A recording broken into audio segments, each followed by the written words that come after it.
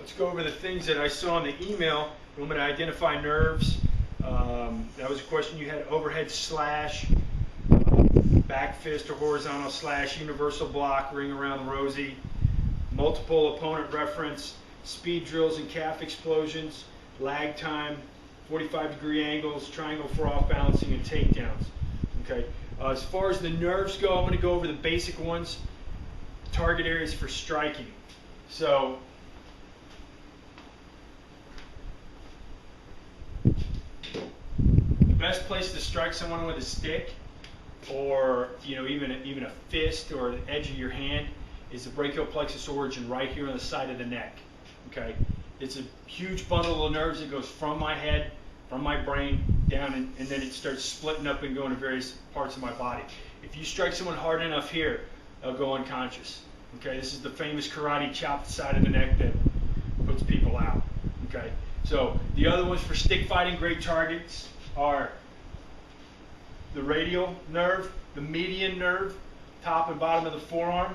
Okay, common peroneal nerve, huge nerve on the side of my leg, back, kind of the back side of my leg here. You can get it directly on the side. It tends to be a little bit more back here. Use this a lot of police work. If I'm escorting someone out, got them, and they start knee them to the common peroneal, it can buckle both legs. You hit them hard enough in this leg, get a sympathetic reflex on your other leg, buckles both legs, they can be on their butt in no time. Okay. Last one I want to talk about is the tibial nerve. It's right here on top of the calf, down here. This is a good one if you're if you're trying to take someone down from behind. If you get behind somebody and they're big, stomp that tibial nerve on the back of the calf. It's going to bend their knee. It's going to also probably numb their leg up and down. Nerves travel both ways depending on where you hit it. It can go both ways. Hit it here, boom, goes both ways. So right here, there's not too much to go. I mean, whoever gets struck here in the brachial plexus origin is going to see lightning bolts, and it's also going to go down and make their legs weak, bend their legs, and they can fall on their rear end. Okay. So those are the basic nerve strikes: brachial plexus origin, median, radial, median, common peroneal, tibial. And these are all great strikes for sticks. Boom. I can come up underneath the arm. Bam! Hit the median, hit the radial. Smack! You're going to drop whatever they're holding. Okay, those are great areas. And it's only 5 areas to think about. Legs, 2 in the arm, lower arm. You can hit someone here, and you can start hitting bone and stuff too, but those are good nerves.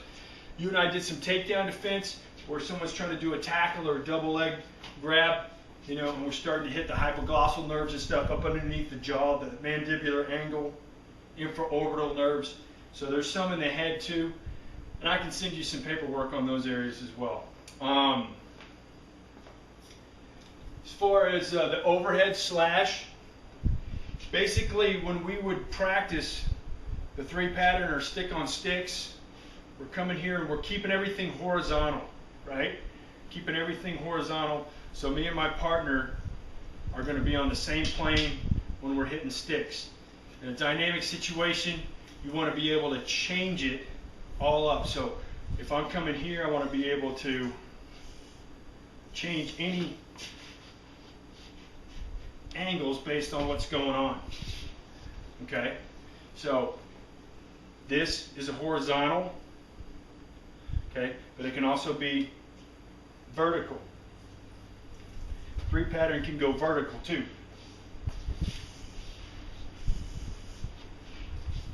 Okay? Can also be reversed like uppercuts. Okay? So if I'm here, boom. It's almost like you're unwinding the 3 pattern.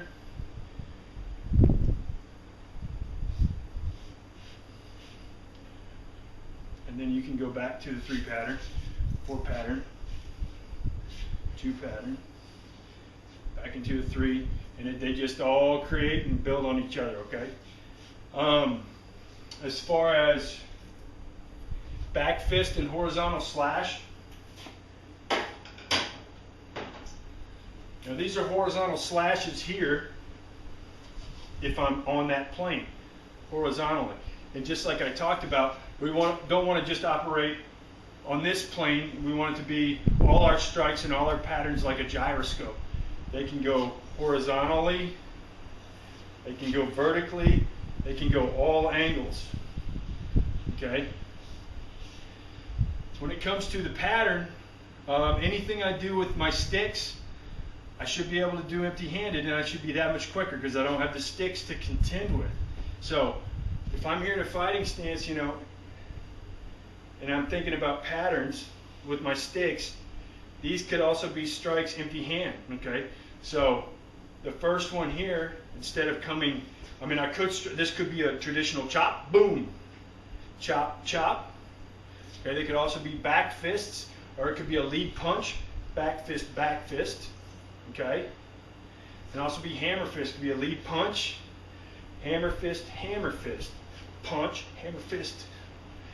Otherwise, it could be just like a 2 pattern, right? Boom, boom, or a 4 pattern. So I could just sit here and that's basically a derivative of the 2 pattern, the 1-2, okay? I'm just not chambering out here. Starting with this one, boom, boom. So it all translates. But that's basically that horizontal slash. We're talking about back fists here. It can be hammers, chops. Okay. If I had a knife, it could be stabs, depending on where my blade is.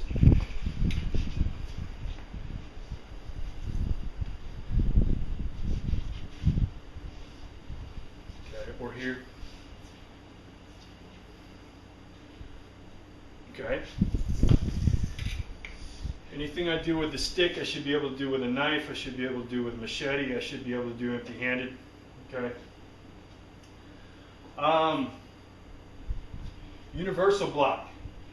Universal block's basically an in-between block in traditional martial arts prior to an executed block with a hidden parry in between.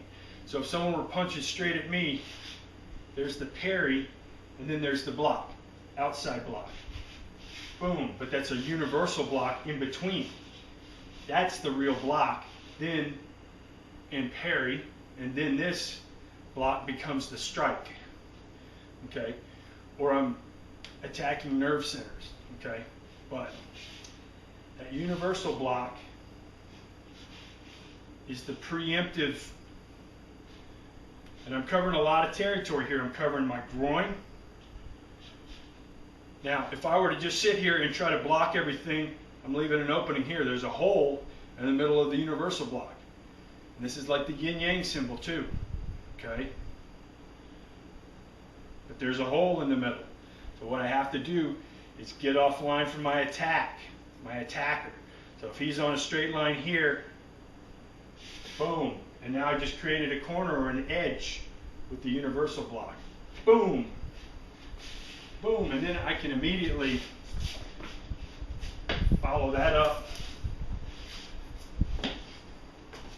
Okay, but it's getting offline and covering yourself with that universal catch-all. Okay, that one big line. And let's say someone's punching, boom. I mean, you could conceivably, if you got really good at the universal block, it's the only block you need. Boom, boom, boom, boom, boom, boom. Someone hooks you. Someone, tries to kick you. You're moving your feet. Someone tries to kick you in the groin. If you were really good, that's all you wanted to work on. It wouldn't be a bad one to just, if you only knew one block, you better know the universal block. It's also quick and easy. If I'm here, boom, get offline, boom. All right, let's see what else. Ring around the rosy, I basically did it when I was demonstrating getting offline. You want to be light on your feet and move around. Okay? I want to be able to attack, defend, anything I need to with my upper body while my legs are doing their thing. Okay? It's like turret on a tank. It could be going this way, but it's tracking you this way. It's going this way, it doesn't matter. It's going backwards. That tank turret. Okay, my legs may be running this way. I may be going this way, but I'm fighting, getting offline. And ring around the rosy, the whole point is to get around behind your opponent. perfect world, this is how you want to fight me. Okay? You want to fight me with my legs this way, perpendicular to your fighting stance this way. Okay? That's how I want to fight anybody, is like this. So if they're like this and they're coming at you, you want to work your way around doing damage till you can get to the point where you're behind them. In a perfect world, that's the goal. Okay? It's hard for me to punch somebody if you're my opponent. It's hard for me to fight you this way. They're going to have to turn around. And if you start leading them around, change direction, they're still going. You know, that's what happens in Aikido. They blend with, go with, shadow, and then redirect. Boom! Clothesline people, take them down, get offline, get out of the way of the attack. Hope that makes sense. So when we were doing 3 patterns, and we played a game with you and Aaron where y'all were trying to catch each other, just to add some stress to it. Okay, while the whole time putting good strikes on the pedal, right? Okay. Multiple opponent reference. And this is, there's 2 secrets to the triangle that I talk about. One is for multiple opponent defense. Basically, I am the point of a triangle, and the funnel is however many opponents I have. From the furthest guy to the left, furthest guy to the right, okay, and anyone in between. I am at the very end of a funnel, or in a corner. So it's almost like a giant triangle. Okay, and from this point, I can have several people attack me in one direction and overwhelm me.